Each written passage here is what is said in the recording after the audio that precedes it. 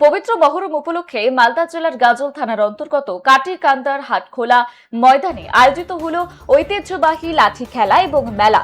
কারবালার প্রান্তরে ইমাম হাসান এবং ইমাম হুসেনের বীরত্ব এবং শাহাদাতকে স্মরণ করে প্রতি বছরের মতো এবারও ৩ দিন ধরে এই বিশেষ প্রদর্শনী চলে। বংশ পরম্পরায় চলে আসা এই প্রাচীন ঐতিহ্যকে বাঁচিয়ে রাখতে কাটিকান্দর মহরম কমিটির উদ্যোগে এই মেলার আয়োজন করা হয়। ঢোলের তালে লাঠিয়ালদের এই রুদ্ধশ্বাস লাঠি খেলা দেখতে দূর দূরান্ত থেকে আসা মানুষের ভিড়ে মুখরিত হয়ে ওঠে গোটা এলাকা।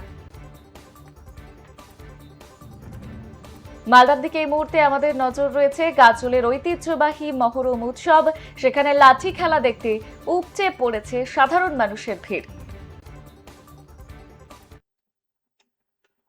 ৯ তারিখ কারবালার আগের দিন, বহুদিন থেকে দীর্ঘদিন থেকে কাটিকান্দর হাটখোলা ময়দানে কাটিকান্দর মহরম কমিটির উদ্যোগে এবং অত্র এলাকাবাসীর সহযোগিতায় আমরা প্রতি বছর হাট মেলা করে থাকি। বিভিন্ন গ্রাম থেকে মহরম দলগুলো এসে ওনাদের লাঠি খেলা প্রদর্শনী দেখান। আজকেও তার ব্যতিক্রম হয়নি।